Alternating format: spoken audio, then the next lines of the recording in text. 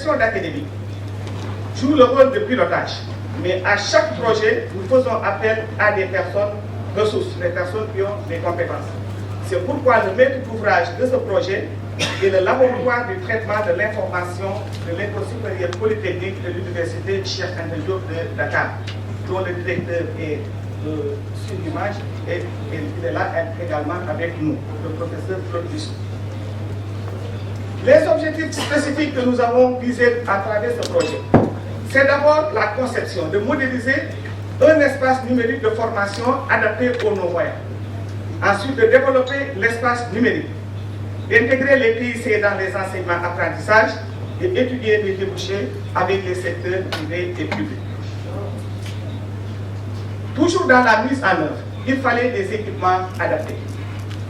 Et ainsi, avec l'appui de l'OIF, nous avons doté l'Institut de 12 ordinateurs 17 pouces, de 12 plages braille, c'est l'écriture des non-voyants. Il y a 2 scanners ordinaires, 2 scanners adaptés à l'usage braille. Il y a une imprimante laser en réseau et une imprimante braille en réseau également. Maintenant, les logiciels. Ici, l'innovation, c'est le logiciel JAV. JAV est un logiciel de synthèse vocale. Son rôle est d'informer l'utilisateur de tout ce qui se passe à l'écran. Et là, il n'y avait pas de problème parce que les non-voyants ont une perception auditive et une perception tactile performante. On a également 10 postes occupés de logiciels libres qui apprend aux non-voyants à utiliser le clavier AZERTY. Ensuite, il y avait des formations. Nous avons fait une formation générale pour tous les participants, tous les professeurs. Une formation spécialisée avec l'utilisation du clavier LaserTube, l'utilisation des livres sonores et la prise en main d'une place braille. Et ce qui est innovant également, après l'équipement, c'est une formation exceptionnelle avec un formateur exceptionnel qui est non-voyant qui s'appelle Marc Dupuis. C'est lui qui était notre conseiller en formation. Et actuellement, il travaille dans le domaine des TIC dans un secteur bancaire à Paris.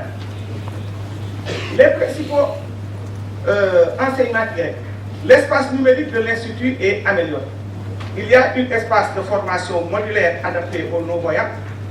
Il y a un espace documentaire avec des livres sonores. Là, nous remercions la radio-télévision du Sénégal. Il y a des livres en braille et il y a un site web. Toujours dans les enseignements directs, il y a une meilleure autonomisation des non-voyants dans le traitement de l'information. Les jeunes non-voyants sont mieux préparés pour les études supérieures et il y a une plus grande motivation des enseignants et des apprenants. Et monsieur le ministre, à l'heure où je vous parle, il y a 3 étudiants en classe de terminale qui ont obtenu de façon autonome leur inscription en ligne. Les problèmes à résoudre sont des problèmes d'ordre général. Nous devons améliorer la politique d'intégration des TIC dans l'enseignement moyen secondaire. Il y a également l'absence de programme bien défini pour intégrer les TIC. Le cadre de coordination des interventions existe, mais c'est à améliorer. L'offre en TIC également est faible par rapport à la demande. Et il y a également, en dernier cas, le problème de l'insertion professionnelle. Nous avons constaté qu'ils peuvent exceller en TIC, donc nous devons passer à leur insertion professionnelle.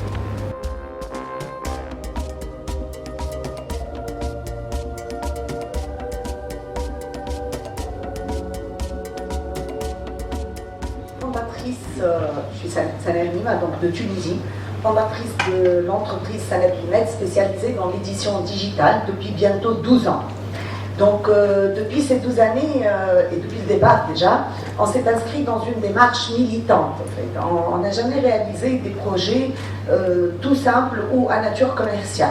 Donc je viens de voir le projet sénégalais pour les malvoyants et les aveugles. Nous avons réalisé en 2007 un projet financé par la Banque mondiale qui s'appelle e-handicapé. Nous avons créé en mode numérique tous les cursus et les curriculums du cycle primaire en Tunisie que nous avons implémentés au niveau des instituts de promotion des handicapés.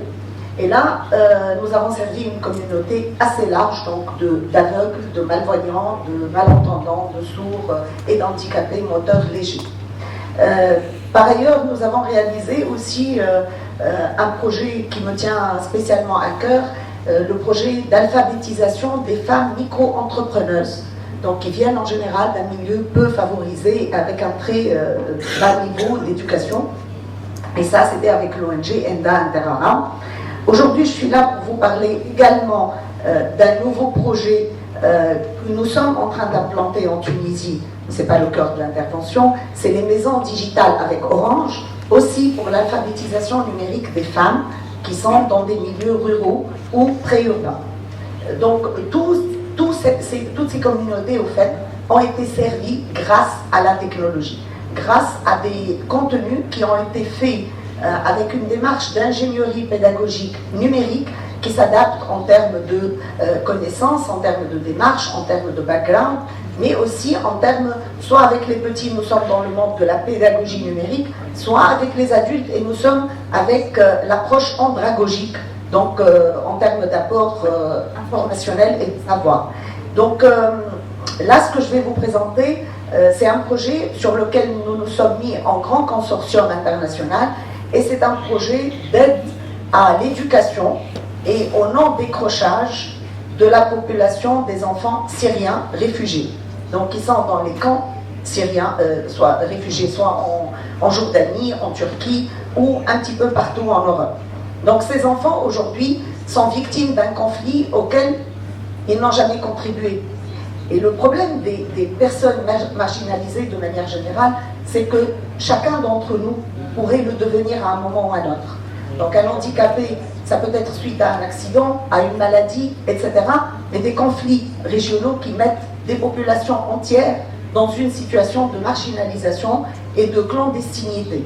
Donc ce programme qu'on a appelé Cookie and Me, donc c'est un jeu éducatif qui vient aussi se greffer avec d'autres choses que je vais expliquer. Donc le jeu éducatif, il est là pour que les enfants de 5 à 12 ans apprennent la langue arabe ou gardent la main sur la langue arabe, même s'ils sont dans un pays, en Allemagne, en Europe, aux États-Unis, etc. Et donc, et qu'un jour, au retour dans leur pays, ils n'auraient pas décroché. Donc, l'aspect gamification est très très important dans ce projet-là. Et nous avons complété ce projet avec des livres interactifs du curriculum syrien, tous les curriculums en fait des livres arabes, de la première année à la 6e année primaire, donc avec des exercices, des activités, etc. Et ça, on est dans l'apprentissage donc tout à fait structuré. Les partenaires sur les camps de réfugiés en Jordanie, là où il y a un camp qui fait 180 000 réfugiés, où il y a à peu près 56% d'enfants. Donc vous imaginez l'ampleur de la chose, ils ne sont pas intégrés aux écoles, ils ont des difficultés, etc.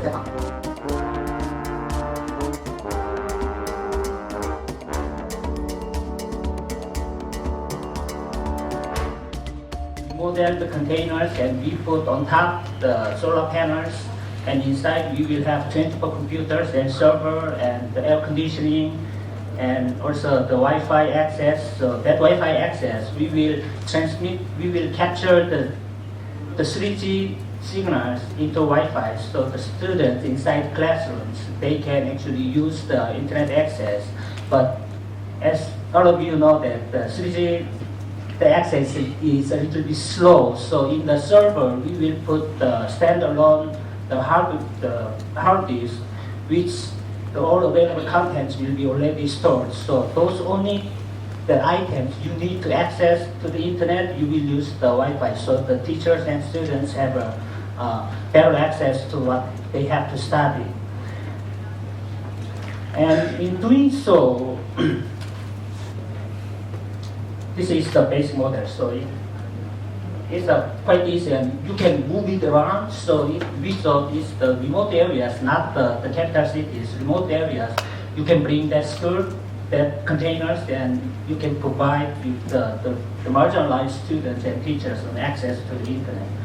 So since it is using the solar panels, the solar panel lasts about 20 years, so the maintenance will be the minimal, and the batteries, if you once you fully charge the solar panels without today when the weather is not so good, the batteries can operate the room about 3 days without recharging. So in the middle, when it's raining, the students can still use the solar panel, the classroom. But we are not doing this one alone. This is the CARIS and Ministry of Education of Korea, and another, the pre-service teacher training institute in Korea, together with the Samsung Corporation. So the Samsung Corporation, they are producing this the SPIS in South Africa. So the one container costs about $70,000, but that is donated by the Samsung. So in each countries when they need, we ask the Samsung to provide the containers, and what we are doing is,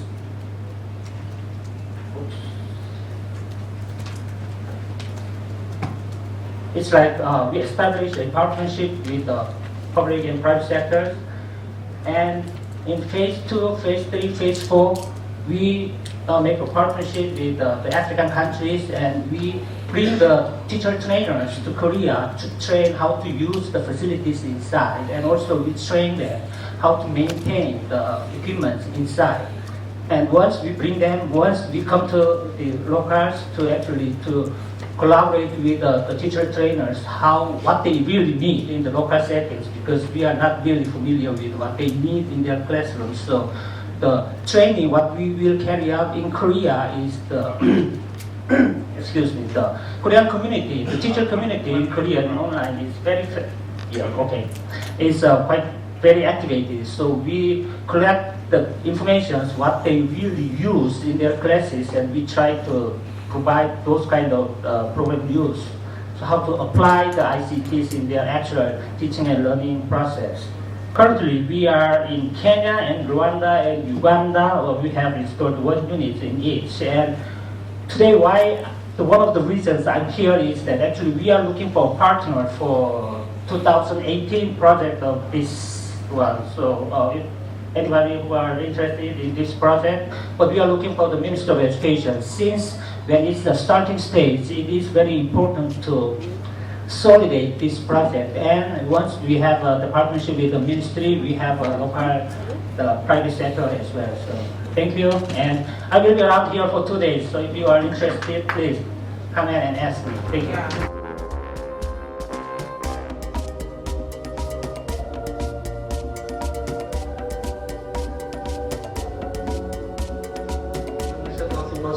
La recherche a mis en place depuis 2004 un programme national d'implantation de ce qu'on appelle les centres de recherche et d'essai, communément appelés les CRE. Donc, les CRE sont des espaces de transfert de technologies innovantes et des résultats de la recherche au niveau des populations. Les centres de recherche et d'essai, comme j'ai dit auparavant, permettent aux populations de bénéficier des technologies comme l'outil informatique à travers un réseau de centres bien maillé au niveau national, parce que nous aujourd'hui au Sénégal nous avons 23 centres de recherche et d'essai qui sont installés avec plus de 700 ordinateurs et des accessoires tous connectés à Internet. En exemple, je vais même dire en 2015, il y a plus de 15 000 usagers qui ont bénéficié d'activités dans les CRE, dans le domaine uniquement des TIC.